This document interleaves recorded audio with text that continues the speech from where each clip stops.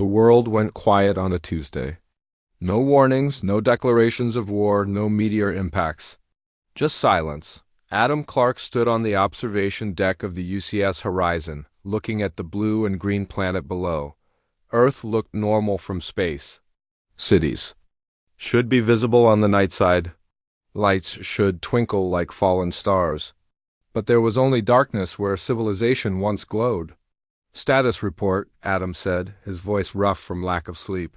4 days had passed since Earth went silent. 4 days of unanswered calls. "No change, Commander," said Lisa Rodriguez. She tapped her screen, frowning at the readings. "We're picking up normal power signatures from major cities, but no communications.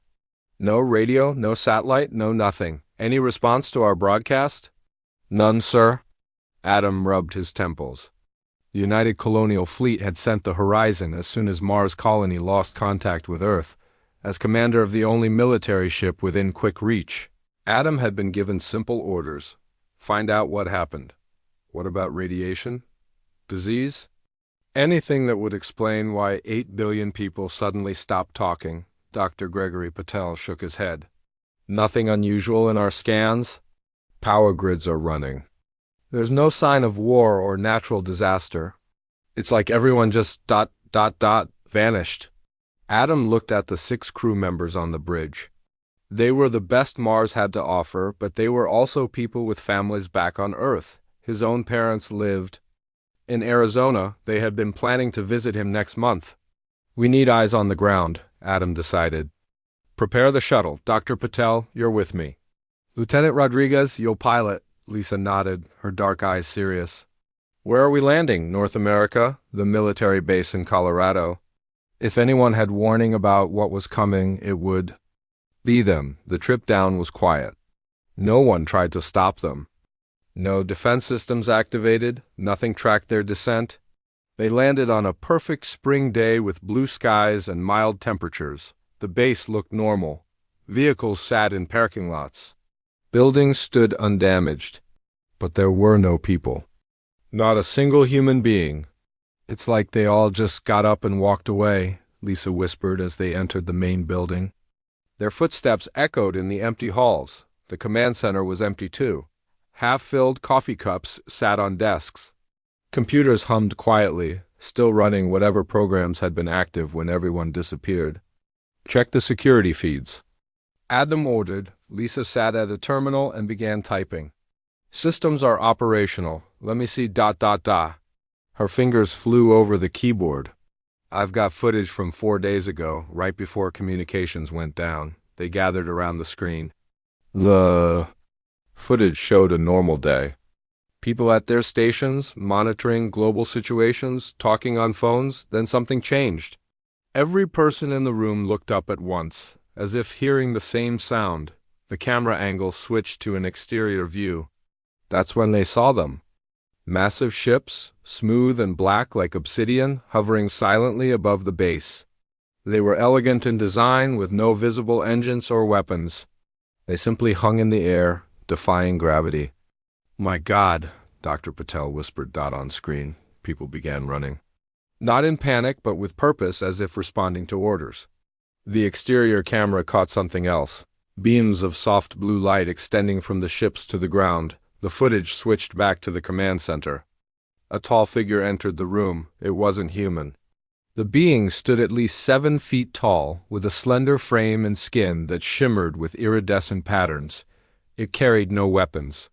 It made no threatening moves. In its hands was a small device, cylinder-shaped and glowing. The being raised the device, and every human in the room stopped moving. They didn't fall or collapse. They simply stood still, as if frozen in time. The footage ended abruptly. "Play it again," Adam said, his voice tight. Lisa replayed the video 3 times. Each viewing revealed new details. The aliens' graceful movements. The calm way they entered. The room, the careful handling of the device. "This wasn't an attack," Dr. Patel said slowly. "Look at their body language. They're being ... careful." Adam wasn't convinced. "They still took our people, all our people." "We need to download this footage," Lisa said, already working on the computer. The whole world needs to see, alarms blared suddenly, cutting her off. Adam's communicator buzzed with an incoming message from the horizon. Commander! It was the voice of his first officer, sounding panicked. 3 unknown vessels just appeared in orbit. They matched the configuration of the ships in the security footage. Get back to the shuttle, Adam ordered. Now, they ran, the precious data drive clutched in Lisa's hand. As they burst outside, they saw it, a black ship hovering directly above the base. Larger than any human vessel ever built, a blue light began to form underneath it. Run! Adam shouted. They reached the shuttle as the light grew brighter. Lisa took the controls, her hands steady despite her fear. The engines roared to life. They're scanning us, Dr. Patel reported, watching his portable sensor. Some kind of energy field. The shuttle shot upward, racing for the safety of the horizon. The black ship made no move to follow them, but Adam felt eyes watching them go. The horizon was already preparing for emergency departure when they docked. Adam ran to the bridge, barking orders. Set course for Mars, maximum speed. And someone get me a secure line to Colonial Command. On the main view screen, Earth grew smaller as they accelerated away. The 3 alien ships remained in orbit, making no move to pursue them. I've got detailed scans of the vessels, Dr. Patel said, transferring data to the main system. Their technology is like nothing we've ever seen. Adam stared at the screen, watching his homeworld fade from view. They didn't attack us, he said. Quietly, they could have stopped our shuttle. They could be chasing us now, but they're not. So what do they want? Lisa asked. Adam had no answer.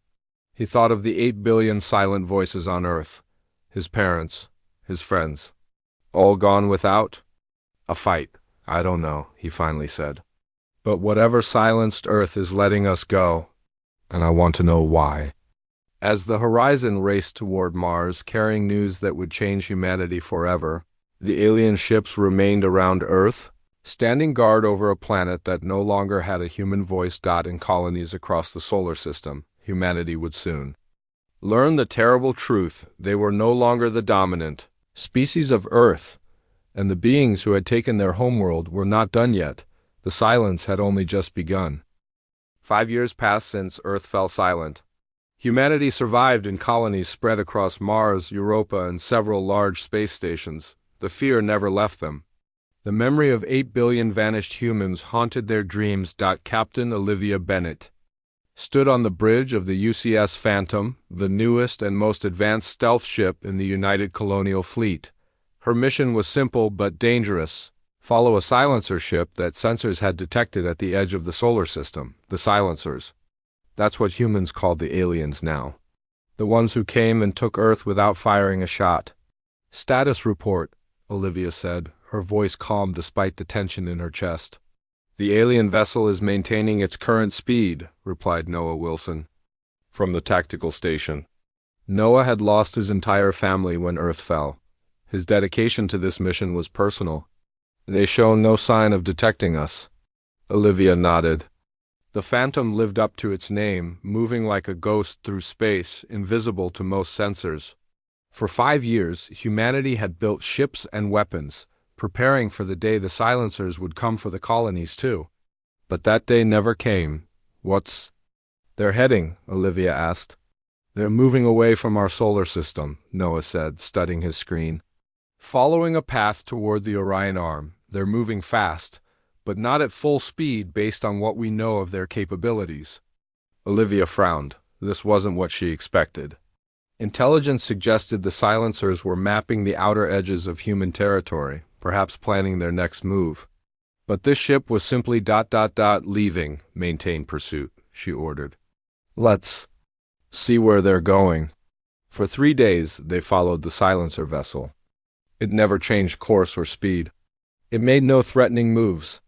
It seemed almost like a routine journey. On the 4th day, something changed. Captain, the silencer ship is increasing speed, Noah reported. They've adjusted course slightly. Something's happening. Are they running from us? Olivia asked. Noah shook his head. I don't think so. Our stealth systems are still functioning perfectly. They shouldn't know we're here. Then what are they running from? The answer came 20 minutes later. New contact, Noah shouted. Unknown. Vessel approaching from Sector 7. It's huge, Captain. At least twice the size of the silencer ship. Olivia leaned forward. Show me. The main screen displayed a massive ship unlike anything they had seen before. Where the silencer vessels were smooth and elegant, this ship was angular and rough, like a moving mountain of metal and stone. It radiated power and menace. The new ship is pursuing the silencers, Noah said. They're gaining on them. Olivia watched as the distance between the two alien vessels narrowed. Any communications between them? None that we can detect. But the silencer ship is now at maximum speed. They're definitely running. This made no sense. The silencers had technology. That made human weapons look like toys. What could possibly frighten them? The large ship is firing weapons, Noah reported. His voice held surprise and a hint of satisfaction. The silencers are taking damage. The bridge crew watched in silence as energy blasts from the pursuing ship struck the silencer vessel. The elegant black ship shuddered, its engines flickering. They're going to be destroyed, said Dr. Kate Foster, the ship's science officer. Their shields are failing. Olivia faced a decision she never expected to make. 5 years of hatred for the silencers warred with her curiosity. If the silencers were destroyed, humanity might never learn what happened to Earth. Tactical, prepare weapons, she ordered. We're going to intervene, Noah turned to her in shock. Captain, are you suggesting we help the silencers? I'm suggesting we keep them alive long enough to get answers, Olivia replied. That new ship is an unknown threat. For all we know, they could be even worse. The Phantom dropped its stealth field and moved into attack position. They fired their main weapons at the pursuing vessel, aiming for what appeared to be weapon mounts. The large ship seemed surprised by the attack from nowhere. It turned some of its weapons toward the Phantom, but Olivia's crew was ready. They danced the ship through space, dodging the powerful but slow energy blasts. The silencer ship is stabilizing, Kate reported. They're making repairs? Open a channel to them, Olivia ordered. Let's see if they can talk. Using the universal translator developed from previous encounter data, Olivia broadcast a simple message. Silencer vessel, this is Captain Bennett of the human ship Phantom. We have intervened in your conflict. We wish to communicate. For a long moment there was no response. The large unknown ship continued firing, though with less accuracy as the Phantom harassed it from different angles. Then a voice came through. They're speakers. It was melodic with strange inflections, but the translator handled it well enough. Human vessel. Your assistance is ... expected. We cannot defeat this hunter alone. Will you help us escape? Olivia exchanged glances with Noah. His face showed conflict, the desire for revenge battling with curiosity. We will help you, Olivia replied, in exchange for answers about Earth. Agreed, the alien voice said. Follow our jump coordinates. We must leave now. The Void Collective will bring more ships. The Void Collective, Olivia repeated. The ones who hunt us. The ones we have been running from for centuries. The reason we ... The voice paused. The reason we relocated your people. The revelation stunned the bridge crew. Relocated, not killed or captured? Incoming ships? Noah warned. 3 more of the large vessels just appeared on long-range sensors. Send us your coordinates, Olivia decided. We'll follow you out. The silencer ship transmitted jump data. It was technology humans had theorized but never mastered, a form of faster-than-light travel beyond their current capabilities. Can we even follow them with this? Noah asked. Kate studied the data. I think so. Their system is compatible with our engines. It's almost as if ... it was designed to be. The silencer ship disappeared in a flash of light. The pursuing vessels accelerated, trying to catch the Phantom before it could follow. Jump now, Olivia ordered. The stars blurred around them as the Phantom leapt into the unknown, following the ship of their supposed enemies, running from something worse. Hours later, they emerged in an unfamiliar star system. The silencer ship waited nearby, its damaged hull showing signs of emergency repairs. They're hailing us, Noah said. A figure appeared on their screen. It was just as the old footage had shown, tall, slender, with iridescent patterns flowing across its skin.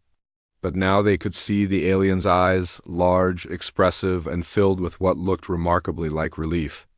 "I am Xyler," the alien said. "Thank you for your help, Captain Bennett. We have much to discuss." "Starting with where you took the people of Earth," Olivia replied. Xyler nodded. "Yes, it is time you knew the truth. We did not destroy your people. We saved them, and now, perhaps, you can help save us all." News of the Phantom's discovery spread quickly through the human colonies. Captain Bennett's message reached Colonial High Command on Mars within days. The reaction was mixed. Some wanted revenge against the Silencers. Others saw opportunity. In an alliance against the Void Collective, Dr. Samantha Rivera watched the debate from her lab on Europa Station. As the leading xenobiologist in the colonies, she knew she would be called upon soon. "Dr. Rivera," a voice said from the doorway. "You're needed in Conference Room 3. Samantha nodded and followed the aide through the station's curved hallways. The room was already full when she arrived. Military officers in crisp uniforms sat on one side of the table. Scientists and civilian leaders filled the other chairs. Admiral John Reeves, head of Colonial Defense, looked up as she entered. "Dr. Rivera, thank you for joining us. We need your expertise." On the large screen at the end of the room was an image of a silencer. This one called itself Xyler. "The Phantom is escorting this alien to Europa," Admiral Reeves explained. "It will arrive in 2 days. Captain Bennett believes its story about relocating Earth's population, but we need to be certain. You want me to study it," Samantha said. "Yes. Learn everything you can about its biology, psychology, technology. Determine if it's telling the truth." Samantha looked at the image of Xyler. The alien had a strange beauty, with its tall frame and shimmering skin patterns. "I'll need a proper lab setup and assistance." "You'll have whatever you need," the Admiral promised. 2 days later, Samantha stood in the docking bay as the Phantom arrived. Captain Bennett disembarked first, followed by her tactical officer, Noah Wilson. Behind them came XY Lardot in person. The silencer was even more striking. It stood nearly 8 feet tall, moving with a fluid grace that made human movements seem clumsy by comparison. Its skin shifted with subtle patterns of light like oil on water. "Dr. Rivera," Captain Bennett said with a nod. "This is Xyler. It has agreed to answer our questions and submit to non-invasive examinations." Xyler bowed slightly. "Your help against the Void Collective has earned my cooperation," it said in a melodic voice. "And perhaps my people's mistakes can begin to be corrected." Samantha led them to her lab. The space had been prepared with various scanning equipment and comfortable seating for both humans and the much taller alien. "May I begin with some basic questions?" Samantha asked. Xyler settled into the reinforced chair. "Of course.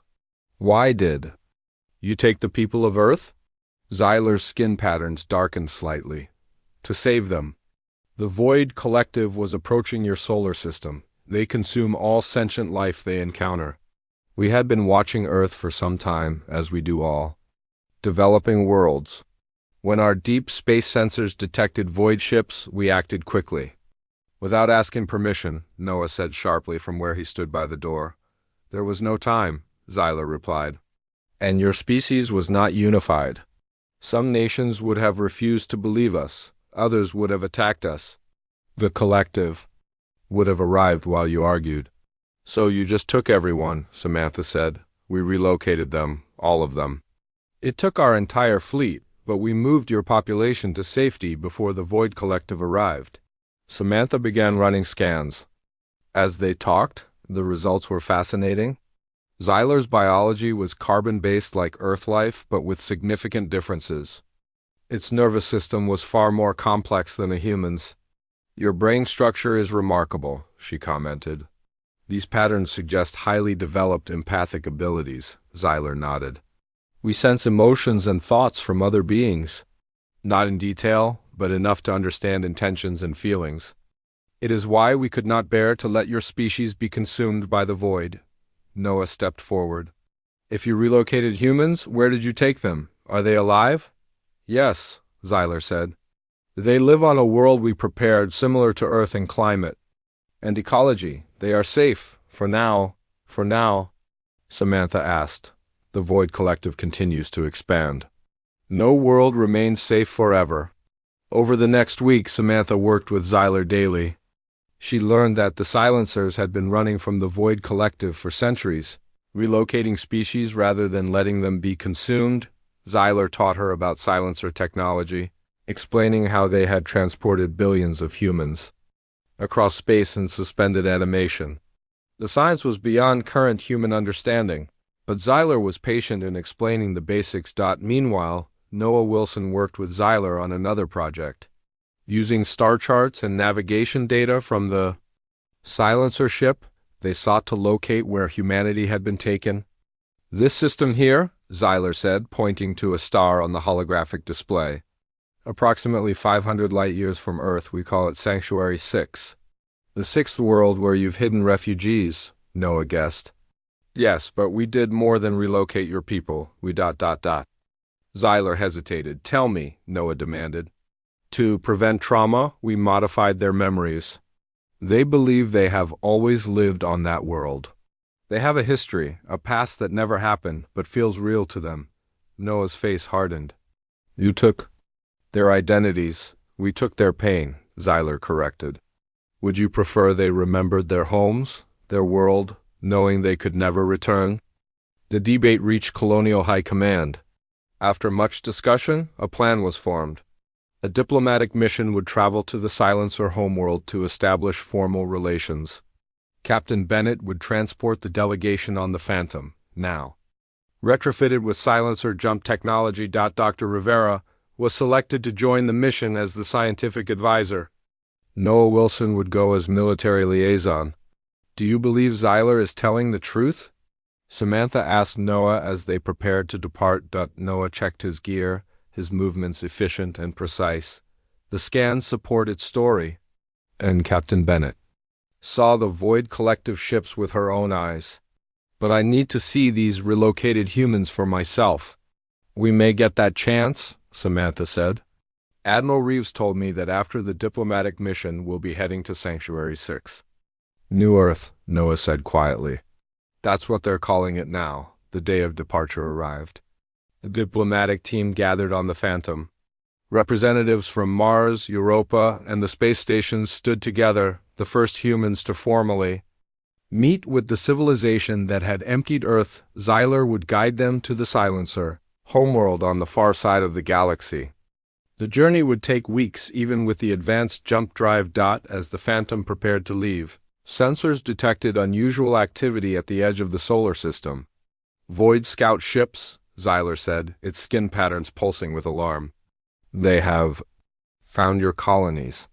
Captain Bennett gave the order to depart immediately. The Phantom vanished in a flash of light, beginning its journey across the stars. Behind them, the human colonies prepared for possible attack. Weapons were readied, defenses strengthened. For the first time since Earth fell silent, humanity faced a threat that might truly destroy them, and on a distant world, billions of humans lived their lives, unaware of their true history or the danger approaching from the depths of space. The journey to the Silencer homeworld took 3 weeks. The Phantom jumped through space in ways human ships never could, covering vast distances in short bursts. During this time, Dr. Samantha Rivera continued her studies of Xyler, learning more about Silencer culture and biology. Your people have been running for a long time, Samantha said as they shared a meal in the ship's common area. Xyler nodded, its skin patterns shifting to a soft blue. Generations. The Void Collective destroyed our original homeworld when I was young. Since then, we have been nomads, helping other species escape the same fate. How many species have you relocated? 17, Xyler replied. Some were primitive, barely using tools. Others were advanced, though none had mastered space travel as thoroughly as your kind was beginning to. Noah Wilson joined them, sitting across from Xyler with a tray of food. His initial hostility toward the alien had softened, but caution remained in his eyes. And these other species, Noah asked, did you change their memories too? When necessary, Xyler admitted. It is kinder than letting them remember what they lost. The Phantom finally arrived at the Silencer homeworld. It wasn't a planet, but a massive space station hidden in the dust clouds of a nebula. The structure was beautiful, with sweeping curves and towers that seemed to flow like water frozen in time. Captain Bennett guided the ship to a docking port where a group of Silencers waited to greet them. The diplomatic mission began with formal introductions and tours of the station. Samantha was amazed by Silencer technology. They had mastered energy manipulation, gravity control, and faster-than-light travel in ways humans had only dreamed of. Yet despite these advances, there was a sense of tiredness among the aliens. As if running for so long had worn down their spirit, the Silencer leaders were direct about their situation. The Void Collective grows stronger, said the Chief Elder, a Silencer with pale, almost white skin patterns. We cannot run forever. That is why your arrival is significant. How can we help? Asked the head of the human delegation, Governor Paul Harris from Mars Colony. Your technology far exceeds ours. But your thinking does not, the Elder replied. Humans adapt quickly. You see solutions where we see only problems. Together, we might find a way to stop running. After a week of talks, a formal alliance was created between humans and Silencers. The terms were simple. The Silencers would share technology, and humans would help develop new strategies against the Void Collective. With diplomatic relations established, Captain Bennett prepared for the next phase of their mission, a visit to Sanctuary 6, the world now called New Earth. We will send an escort with you, the Elder said. A guide named Ilara who knows the Sanctuary world well. Ilara was younger than Xyler, with bright green patterns that shifted rapidly across her skin. I helped design the cultural integration for your people, she explained as she joined them on the Phantom. Their transition to life on New Earth, Noah frowned at this. You mean you designed their fake memories? Ilara's patterns darkened slightly. I understand your anger, but we did what we thought was best to preserve your species. The journey to New Earth took another week. As they approached the planet, Samantha gasped at the view on the main screen. The world looked remarkably like Earth, with blue oceans, green and brown landmasses, and swirling white clouds. We terraformed it to match Earth's conditions exactly, Ilara explained.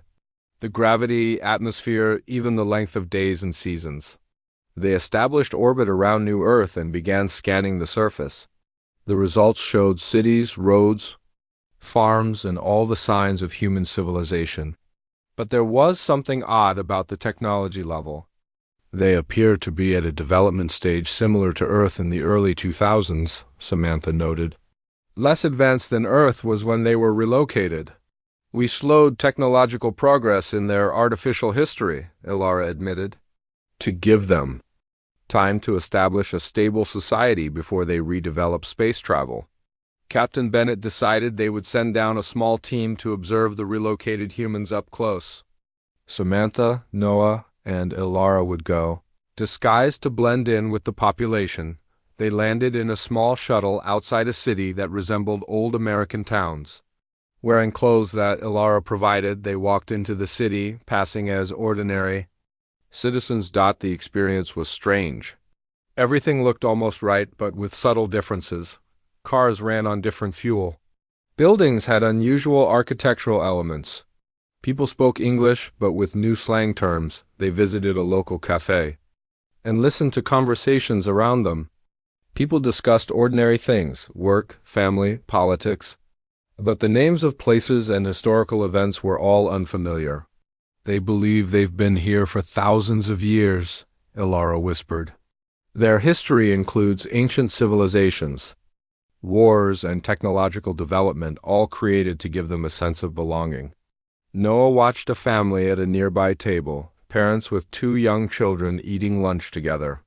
Do they have any memories of Earth at all, even subconsciously? No, Ilara said. The memory modification was complete. It would be too painful otherwise. They spent 3 days observing the city, collecting data on how the relocated humans lived. Samantha was impressed by how normal everything seemed. People were happy, society functioned well, and there was no sign that anything was amiss. On the fourth day, they visited a museum that detailed the history of New Earth. The exhibits showed a past that never happened, with artifacts created by the silencers to support the false narrative. "This is wrong," Noah said quietly as they stood before a display about ancient civilizations. "These people deserve to know the truth." "Would knowing make their lives better?" Elara asked. "Or would it only bring pain?" The debate became heated, with Noah arguing for truth and Elara defending the memory modifications. Samantha found herself torn between the two positions. Their argument was interrupted by an alert from the Phantom. Captain Bennett's voice came. "Through their communicators, return to the ship immediately. We've detected unusual energy signatures at the edge of the system." They rushed back to the shuttle and returned to orbit. On the bridge, Captain Bennett showed them the sensor readings. "Void collective scout ships," Zyler confirmed, fear evident in its rapidly shifting skin patterns. "They found New Earth." The decision about whether to tell the relocated humans the truth was suddenly more urgent. If the Void collective attacked, these people would have no idea why or how to defend themselves. "We need to warn them," Noah insisted. "But how?" Samantha asked, without revealing everything at once and causing panic. As they debated, more Void ships appeared on the sensors. The threat was growing by the hour. Elara suddenly spoke up. "There's something you should know. Something we left on New Earth in case this day ever came." "What?" Captain Bennett demanded. "A defense system," Elara said. "Built into the planet itself. It draws energy from the planet's core, designed specifically to repel the Void collective. But activating it requires genetic keys from both human and silencer DNA." They all stared at her. "You planned for this?" Samantha realized. "We hoped it would never be necessary," Elara said. "But yes, we knew the Void might eventually find New Earth. We left a way to protect it." The Phantom sensors continued to track the approaching Void ships. Time was running out. Captain Bennett made her decision. "Contact Colonial High Command. Tell them to send every ship they can spare, and prepare a team to go back to the surface. We need to find this defense system." As the crew rushed to follow orders, Noah looked out at the beautiful blue planet. Below, 8 billion humans lived there, unaware of both their true history and the danger now approaching from the stars, the species that silenced. Earth was still on the run. But this time humanity would run with them, or perhaps, finally, they would stand and fight together. The Void collective ships moved closer to New Earth with each passing hour. Captain Bennett ordered the Phantom to remain in orbit, ready to defend the planet if needed. Meanwhile, Samantha, Noah, Zyler, and Elara returned to the surface with a clear mission: find and activate the planetary defense system. "Where exactly is this defense system?" Noah asked as their shuttle descended through the atmosphere. Elara's skin patterns glowed with soft blue light. "Beneath the largest city on the northern continent. We built it under a public park with an access point disguised as a maintenance facility." They landed outside the city and took ground transportation into the center. The city was called New Hope, with tall glass buildings and busy streets. People went about their daily lives, unaware of the danger approaching from space. "How do we access the facility without drawing attention?" Samantha asked. "I have credentials that will get us inside," Elara replied. The silencers who stayed behind to monitor New Earth established identities within the human society. They look human thanks to our adaptive technology. This revelation surprised Noah. "There are silencers living among these people?" "Only a few," Elara said. "They watch over the population, ensuring they develop peacefully and remain safe." They found the park in the city center. It was a beautiful space with green lawns, flowering trees, and a large fountain. Children played while adults relaxed. On benches, on the edge of the park stood a small building marked Park Maintenance, Authorized Personnel Only. Elara led them to the building and placed her hand on a scanner disguised as a normal lock. The door opened, revealing a simple room with cleaning equipment and tools. Once they were all inside with the door closed, Alara pressed a hidden panel in the wall. The floor beneath them began to descend. They dropped down into a vast underground facility filled with advanced technology. The walls glowed with the same iridescent patterns seen on silencer skin. Control panels lined the walls, and in the center of the main room was a circular platform with 2 stations. "This is it," Alara said.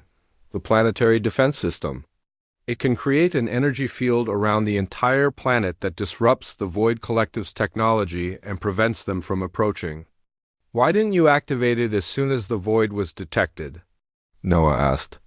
"Because it requires both silencer and human genetic material to activate," Alara explained. "A safety measure to ensure neither species could use it without the others." "Consent. And it needs to be someone from Earth," Xyler added. "Not just any human." The system was keyed to original Earth DNA patterns. Samantha looked at Noah. "That means one of us has to do it." Noah nodded. "I'll do it. What's required?" "Nothing painful," Alara assured him. "And just a hand placed on the scanner and a small blood sample." While Alara and Noah prepared the activation sequence, Samantha's communicator buzzed with a message from the Phantom. "Dr. Rivera," Captain Bennett's voice came through, tense and urgent. "The Void Fleet has grown. We count at least 20 ships now, and we just received a transmission from Admiral Reeves. The Colonial Fleet is on its way, but they're still 6 hours out. We may not have 6 hours," Samantha replied. "We found the defense system. We're activating it now." On the Phantom's bridge, Captain Bennett watched as more Void ships appeared on the sensors. These vessels were different from the ones they had encountered before, larger, with more weapon mounts visible on their hulls. "The Collective knows about the defense system," Xyler said from beside her. "They will try to destroy it before it can be activated." "Then we need to slow them down," Captain Bennett decided. "Tactical, prepare all weapons. We'll engage the lead ships, buy some time for the ground team." The Phantom moved out of orbit, accelerating toward the approaching fleet. Though small compared to the massive Void ships, the human vessel was fast and agile. Captain Bennett ordered attack patterns designed to confuse and distract rather than destroy. Back in the underground facility, Ilara guided Noah to one of the stations on the central platform. "Place your hand here," she instructed, indicating a flat panel. "When the sequence begins, you'll feel a slight sting as it takes a blood sample." Noah did as instructed. The panel lit up, scanning his hand. A small needle extended and pricked his finger, drawing a drop of blood. At the other station, Alara placed her own hand on a similar panel. The facility hummed with growing energy. Lights pulsed along the walls, and the circular platform began to glow. "It's working," Ilara said, her skin patterns shifting with excitement. "The system is powering up." Above them, the Phantom engaged the first Void ships. Energy weapons fired. Back and forth across the vacuum of space, the human ship darted between the larger vessels, drawing their fire and attention away from the planet below. "We've taken damage to the port side," reported the tactical officer. "Shields at 60%. Keep moving," Captain Bennett ordered. "Don't let them get a lock on us." A massive Void ship, twice the size of the others, moved to the center of the formation. It began charging what appeared to be its main weapon, a beam capable of cutting through planetary crust. "They're targeting the surface," Xyler warned. "Directly above the defense facility location." In the facility, the power buildup reached a critical point. The entire room shook as energy surged through hidden conduits beneath the city. "What happens now?" Samantha asked. "The system will send a pulse through the planet's core," Ilara explained. "It will create a field that the Void cannot penetrate." The platform beneath them glowed blindingly bright. Noah and Ilara stepped back as a beam of energy shot upward, passing through the ceiling and continuing into the sky above. On the Phantom, they watched as a wave of blue-white energy expanded from a point on the planet's surface. It spread rapidly, enveloping the entire world in a shimmering field. The Void ships fired their weapons, but the energy beams dissipated upon contact with the field. Their advance halted as the field pushed outward, forcing them back. "It's working," Captain Bennett exclaimed. The largest void ship tried to push through the field. For a moment it seemed it might succeed, its massive bulk straining against the energy barrier. But then its systems began to fail, lights flickered across its hull, weapon ports closed. It drifted backward, powerless. One by one, the void ships retreated, unable to penetrate the planetary shield. By the time the colonial fleet arrived, led by Admiral Reeves on the flagship Defender, the immediate danger had passed. In the underground facility, Noah, Samantha, and Ilara watched on a monitor as the Void Collective fled the system. "We did it," Noah said quietly. "We protected them." "For now," Ilara cautioned. "The shield will hold, but the Void will return with new tactics, new technology." Samantha looked at the screen showing the city above, people still going about their lives, unaware of how close they had come to destruction. "They need to know the truth," she said firmly. "Not just about their past, but about the threat they face. They deserve the chance to defend themselves." Ilara was silent for a long moment, her skin patterns shifting through various colors. Finally, she nodded. "Perhaps you are right. The time for protection through ignorance has passed." In the days that followed, a careful plan was developed. Representatives from the colonial fleet, along with silencer delegates, would gradually introduce the truth to the leaders of New Earth.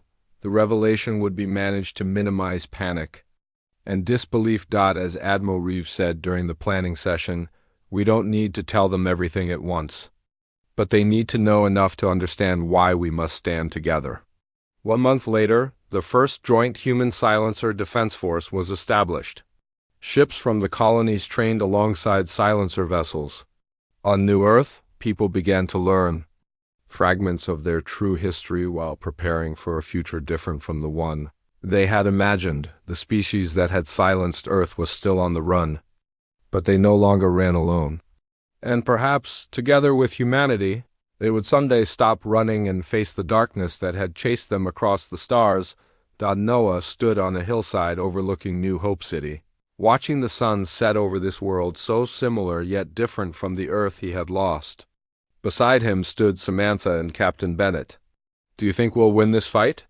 Bennett asked. Noah looked up at the stars beginning to appear in the darkening sky. Somewhere out there, the Void Collective was regrouping. But now, for the first time, they faced an enemy that refused to simply flee. "I don't know," he answered honestly. "But we'll give them one hell of a fight."